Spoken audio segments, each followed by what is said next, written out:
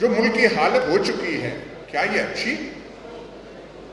مطلب ایک اچھے خاصے ملک کو برباد کر کے، شاید اس میں ہمارا بھی حصہ ہو، ہم نے وہ کر کے رکھ دیا۔ ایک ہاتھ میں ایٹم بم ہے، دوسرے ہاتھ میں نہ ٹوٹنے والا کشکول ہے۔ کون سا در ہے، کون سا دروازہ ہے جس کے سامنے ہم وہ کشکول لیے نہیں پھرتے؟ اور معاشی حالت آج ایسی ہے۔ مقروض تو ہم ہمیشہ سے ہی تھے، لیکن آج قرض کی انتہا، ہمارے حالت کی انتہا وہ پہنچ چکی ہے کہ دکانوں کے دروازے ہمارے منہ کے سامنے بند ہو چکے ہیں۔ تو دیکھنا تو اس صورتحال کو ہے کہ ہم یہاں تک کہاں پہنچے۔ میں نے اس تقریر کا حوالہ بھی یہاں پہ دیا گیا ہے۔ ایک سیمینار تھا اور وہاں اسلام آباد ہائی کورٹ بعد میں اس کا کیا تھا۔ میں نے وہاں پہ ذکر کیا تھا؟ میں نے شروع اس سے کیا تھا کہ بھائی کوئی ہر محکمے کا کوئی ضابطہ ہوتا ہے، کوئی ایکسٹینشنوں کی حد تو آپ مقرر کریں۔ کتنی ایکسٹینشنیں ہونی چاہیے؟ 3 سال 3 سال، اور وہ اس لیے کہ خود کا کام ہوتا نہیں ہے لیکن ہر دوسرے کام میں مداخلت کرنی ہے اور اسے خراب کرنی ہے۔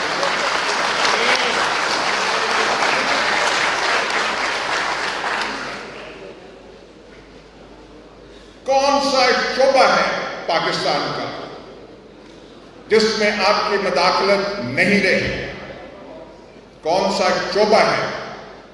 سیاست سے لے کے معیشت تک، معیشت سے لے کے یہاں ذکر بھی ہوا ریل اسٹیٹ تک، معیشت سے لے کے یہاں ذکر بھی ہوا ریل اسٹیٹ تک، جو آپ کے اثر سے آزاد رہا ہے۔ تو اس لیے اپنے کام سے کام رکھیں۔ اور یہ جو بات ہے کہ ضیاء اللہ قائد ایوب خان آئے، اس کو یہاں کے لیڈران ملت نے، لیڈران قوم نے ایکسٹینشن پہ ایکسٹینشن دیتے رہے، اور اتنی ایکسٹینشنیں دی کہ 1958 کے مارشل لاء تک وہ بات وہاں جا پہنچی، اور پھر وہ اقتدار میں 11 سال رہے۔ اور جو 5 جولائی کو جو نظام ہمارے وجود میں آیا، اس کے بعد اس کے سربراہ فوجی وردی پہنے، کیونکہ فوجی وردی کے بغیر وہ کچھ بھی نہ تھے، وہ 11.5 سال رہے۔ اور مشرف تھے، وہ آئے، اقتدار سے پہلے کمانڈر ان چیف تھے، اقتدار میں رہے آخری دم تک۔ آپ کی تحریک نے اس حکومت اور نظام کو کمزور کیا۔ بہت سارے فیکٹرز تھے، ان کو اپنی وردی اتارنی پڑی، اور وہ ٹیلی ویژن کا منظرنامہ آج بھی آپ دیکھ لیں کہ جب وہ دے رہے تھے بیٹون کمانڈر ان چیف کا دوسرے ہاتھوں میں، کیا المناک افسردگی ان کے چہرے پہ چھائی ہوئی تھی کہ یہ میرے طاقت کا وہ جو ہے جادو کی چھڑی میں دے رہا ہوں۔ ہوتے ہوتے ہم یہاں تک پہنچے۔ مشرف کے زمانے میں حالت یہ ہو گئی تھی کہ وہ محکمہ جس کی سروس میں نے بھی کی ہوئی ہے، یہ کبھی سوچا بھی نہ تھا، کسی غیر ملک میں نہیں، سندھ میں، بلوچستان میں نہیں، پنجاب کے بازاروں میں وردی پہن کے انہوں نے جانا چھوڑ دیا تھا، لاہور کے بازاروں میں انہوں نے جانا چھوڑ دیا تھا۔ یہ حالت ہو چکی تھی، لاہور کے بازاروں میں انہوں نے جانا چھوڑ دیا تھا، یہ حالت ہو چکی تھی۔ فاٹا ٹرائبل ایریا ریاست پاکستان کی دسترس سے نکل چکے تھے۔ کراچی پہ تقریباً ایک دوسری آزاد حکومت جس کے آرڈر لندن سے آتے تھے قائم ہو چکے تھے. ان ریاستوں کے قیام میں بھی آپ کا حصہ تھا. وہ جو کراچی کی ریاست تھی اس کی جماعت کیوں بنائی گئی تھی, اسے تقویت کیوں پہنچائی تھی؟ اس کا اوریجنل ایم تھا کہ نفیسہ شاہ صاحبہ کی پارٹی کو کمزور کرنا ہے, پیپلز پارٹی کو کمزور کرنا ہے. ان ہاتھوں نے وہاں پہ کراچی میں وہ سارا کچھ دستور بنایا, اور وہ پھر دستور وہ جو وہاں پہ قائم ہوئے وہ وہاں تک پہنچے کہ پہلے ڈرل مشین کی اصطلاح سیاست کے حوالے سے نہیں سنی تھی. انہوں نے پاکستانی سیاست میں جیسے فاٹا والوں نے کلاشنیکوف انٹروڈیوس کر دی, تو کراچی والوں نے وہ بوریاں اور جو ڈرل مشینیں ہیں وہ پاکستانی سیاست میں انٹروڈیوس کی. تو پھر راحیل شریف کے زمانے میں جب خود یہ سارے بنائے ہوئے پرابلمز ان کی وجہ سے پانی جو ہے سر سے اوپر جانے لگا, تو پھر فاٹا میں آپریشن ہوا. کراچی میں وہ جو سلطنت ہے اس کے خلاف کارروائی ہوئی, اور پھر فوج کی امیج تب ریہیبلیٹیٹ ہونے لگی, اور لوگوں نے کہا نہیں, دفاع وطن کے لیے یہ کر رہے ہیں. اور یہاں پہ نعرے ہم نے سننے بھی لگا کہ کیا کام کر رہا ہے راحیل شریف, لیکن یہ کون سی لت ہے بھائی عزت سے نوکری کریں. سیکنڈ ورلڈ وار میں دوسرے ملکوں میں بڑے بڑے کمانڈرز آئے, بڑی بڑی جنگیں انہوں نے لڑی, پر جو مدت پوری ہوتی تھی تو انہیں گھر بھیجا جاتا تھا اور نیا بلڈ لایا جاتا تھا. بھائی آپ کون سے کانکرر آف اسٹالن گراڈ ہیں کہ آپ کہتے ہیں کہ آپ کی منوپلی اس چیز پہ ہونی چاہیے؟ راحیل شریف جیسا آدمی بھی عزت اچھی بھلی کما لی, اور جاتے جاتے ساری عزت اس بات پہ زمین پہ مار دی کہ ترلے کرنے لگ پڑے نواز شریف کے کہ میں فیلڈ مارشل بن گیا, مجھے ایکسٹینشن مل گئی. ان کے نصاب میں تو پہلا چیپٹر ایکسٹینشن ہونا چاہیے.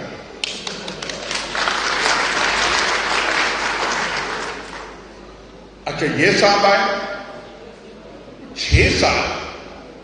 احسن گون صاحب سے پوچھوں گا کہ اگر آپ کو صدر سپریم کورٹ بار بنا دیا جائے, یا علی احمد گل صاحب سے پوچھوں گا 1 سال 2 سال 3 سال کافی نہیں, پر آپ کہیں نہیں میں نے تاحیات پریزیڈنٹ سپریم کورٹ بار ایسوسی ایشن رہنا ہے, اور آتے جائیں یہ میں نے وہاں پہ رہنا ہے. میں نے وہاں پہ صرف بات کی تھی کہ ایکسٹینشن نہیں, اور میں نے عمران خان کو مخاطب ہو کے کیا, بھائی آپ سے توقع تھی کہ آپ کم از کم اس تماشے میں نہیں پڑیں گے. آپ کا ہم نے سنا ہوا تھا کہ ماجد خان کو گھر بھجوا دیا, یہ کیا, کرکٹ ٹیم کو اس ڈسپلن سے آپ نے چلایا, کسی کے آپ سنتے نہیں تھے, اور کیوں, اور وہ خود ہنس رہے تھے جب میں وہ بول رہا تھا. لیکن بات یہ ہوئی, میں سمجھ نہیں سکا, صحیح میں کہ نزاکت کو میں سمجھ نہیں سکا.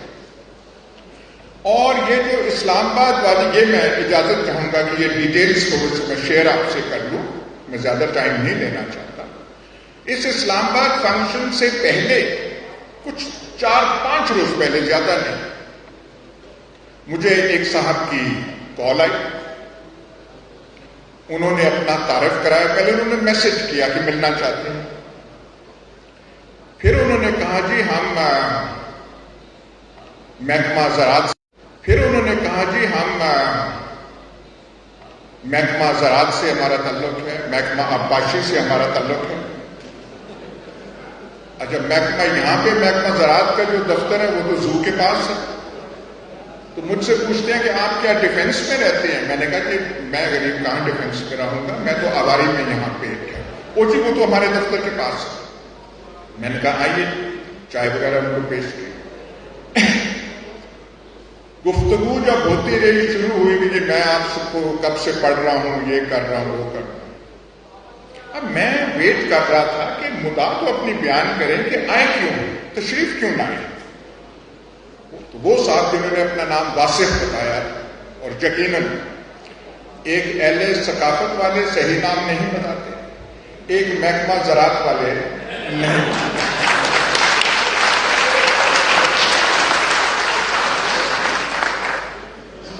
تو کہتے ہیں، اور ان الفاظ سے، ان میں کوئی ایڈ نہیں کرتا، کہتے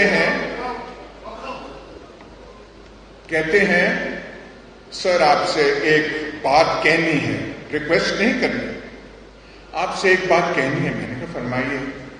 سر ہاتھ اپنا ہولا رکھا کریں. میں نے کہا کس پہ ہاتھ ہولا رکھے؟ وہ ان پہ. میں نے کہا کس پہ؟ آخر انہوں نے باجوہ صاحب کا نام لے لیا.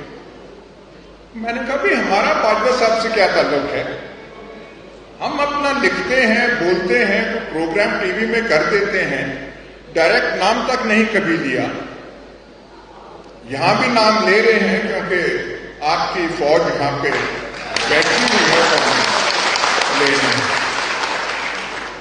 اور پھر میں نے یہ کہا، میں نے کہا بات میں سمجھ نہیں آئی، ان کے سروس میں جب میں 4 مہینے رہ گئے ہیں، 4 مہینے کریں اور مطلب گھر جانا چاہیے. نہیں سر آپ کو سمجھتے نہیں ہیں، وہ بڑے اچھے کام کر رہے ہیں. میرا ایک دفعہ پہلے ایکسپیرینس ایسے ہو چکا تھا جب ایڈمرل منصور الحق نیوی کے CNC تھے، تو ان کے PR او میرے پاس آئے کہ سر وہ ذرا دیکھا کرے ایڈمرل منصور الحق. یہ وہی ایڈمرل صاحب تھے جن پہ بعد میں کرپشن پہ کیس لگا، نیب میں گئے، پلی بارگین کر کے آج کل امریکہ میں بیٹھے. تو جب انہوں نے کہا کہ بڑے اچھے کام کیے ہیں، تو مجھے وہ واقعہ ایڈمرل صاحب کا یاد آیا. میں نے کہا جی دیکھیں ہمارا اس سے کوئی تعلق نہیں ہے، آپ کریں، آپ کا پورا مشینری ہے، ISPR ہے، وہ امیج بلڈنگ وہ کر سکتے ہیں. صاحب چلے گئے. 2 دن یا 3 دن بعد اسلام آباد کا واقعہ ہے. میں میریٹ میں ابھی تک لابی میں تھا تقریر کر کے، جب انسان کا میسج آیا تو سر پھر آپ نے میری بات نہیں مانی. اچھا اس وقت اتنے کالز آ رہے تھے کہ میں کوئی جواب اسے نہ دے سکا، اور مجھے ٹون اس میسج کی اچھی نہ لگی. 1 گھنٹے بعد البتہ انسان کا دوبارہ میسج آیا کہ نہیں سر میں نے پوری اسپیچ سنی ہے اور بڑی بیلنسڈ اور کنسٹرکٹیو ہے، اور یہ ہے. یہ جو بٹوا ہوا، ہمارے فونز اٹھا لیے گئے تھے، بٹوا وغیرہ چلا گیا تھا. 2 دن کے وقفے کے بعد ہم نے نیا فون لیا، وہی سیم دوبارہ نکالی، اور فوراً میرا بیٹا جو ساقی صاحب کے پیچھے بیٹھا ہوا ہے، میں نے کہا کہ یار وہ نمبر نکالو اس کا اور وہ چیٹ نکالو. فون میں ہر چیز سیم میں موجود تھی سوائے ان صاحب کا نمبر اور وہ جو 3 میسیجز انہوں نے مجھے کیے تھے. بات یہ ہے کہ آپ یہاں پہ اس ملک کے ساتھ کرنا کیا چاہتے ہیں؟ What do you want? کھلواڑ ہر چیز کی بن چکی ہے، کچھ سے نہیں. ہماری فوج ویسٹرن بارڈر پہ ڈپلائڈ ہے، ایسٹرن بارڈر پہ ڈپلائڈ ہے، بلوچستان میں ڈپلائڈ ہے. جوان مر رہے ہیں، شہید ہو رہے ہیں. Young officers, NCOs, JCOs, lieutenants, captains, majors گولیاں یہاں کھا رہے ہیں. وہ کس لیے کھا رہے ہیں؟ چکوال جو میرا ضلع ہے، میں بلا مبالغہ آپ سے کہہ رہا ہوں، کوئی قبرستان پورے ضلع میں نہیں ہے جس میں اس جنگ کے شہیدوں کی قبر نہیں. پورے ضلع میں، ہر گاؤں میں. یہ لوگ کیوں مر رہے ہیں؟ آپ کے DHS کے لیے کہ DHS اور بنے، وہ اس لیے مر رہے ہیں کہ آپ کو ایکسٹینشنیں ملیں. اور کوئی تھوڑا سا اس ملک پہ آپ رحم کریں. دیکھیں ملک کی حالت کیا ہے. آپ اپنے کام سے کام رکھیں. دفاع ہر ملک کی ضرورت ہوتی ہے. ہم ایک ڈینجرس انوائرمنٹ میں رہتے ہیں, ہمیں ضرورت ہے, پر ہمیں ایک اسٹرکٹلی پروفیشنل آرمی کی ضرورت ہے. ہمیں اچھے سیاستدان چاہیے, ہمیں اچھے اکانومسٹ چاہیے, ہمیں اچھی فوج چاہیے. لیکن وکلاء جو ہوں وہ ماہی گیری میں لگ جائیں یا کوئی پہاڑوں کی ٹورزم میں لگ جائیں, ان کا پیشہ سفر ہوتا ہے. یہی اصول باقی محکموں پہ بھی ان کا اطلاق ہوتا ہے. میں اس لیے یہ زیادہ زور دے رہا ہوں کہ ڈومیننس کچھ انسٹیٹیوشنز کی اتنا زیادہ بن گئی ہے کہ انہوں نے ہر چیز کو سفوکیٹ کر دیا ہے. ہر چیز کی انہوں نے اسپیس جو ہے محدود کر دی. پاکستان کو اس سچویشن سے نکلنا چاہیے.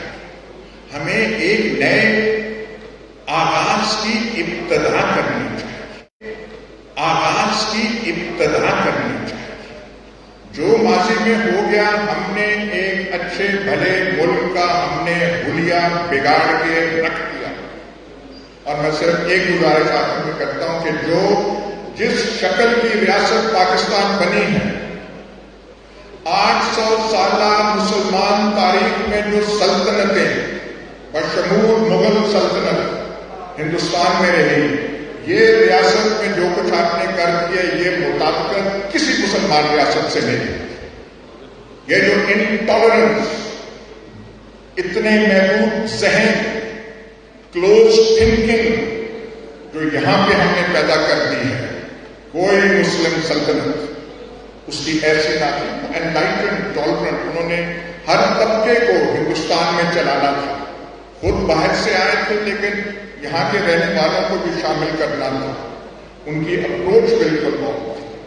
ایسی نظیر کی حکومت ہے رہا بنا پاکستان اس لیے تھا کہ کوئی تھوڑی کھلی فضا قائداعظم میں یہ ہے. وہ جو آپ نے کسی کو تنگ کرنا ہو ایک طبقہ فکر کو, ان کو قائد اعظم کی 11 اگست والی تقریر سنا دیں, آپ بگولا ہو جائیں. میں آپ کا بہت مشکور ہوں کہ آپ نے یہاں پہ آنے کی دعوت دی اور کچھ چند آپ سے گزارشات کر لیں. ایسی محفلیں آپ سجاتے رہیں, یہ آوازیں نکلتی رہیں, اور یہی امید ہے کہ کہیں تو کوئی رنگ لائے گا, کوئی تو رنگ آئے گا. ہم تو آپ عمر کے آخری حصے میں ہیں, لیکن یہ آرزو اب بھی ہے, دل میں تھوڑی سی بھڑکتی ہے, تھوڑا سا مختلف پاکستان تو ہم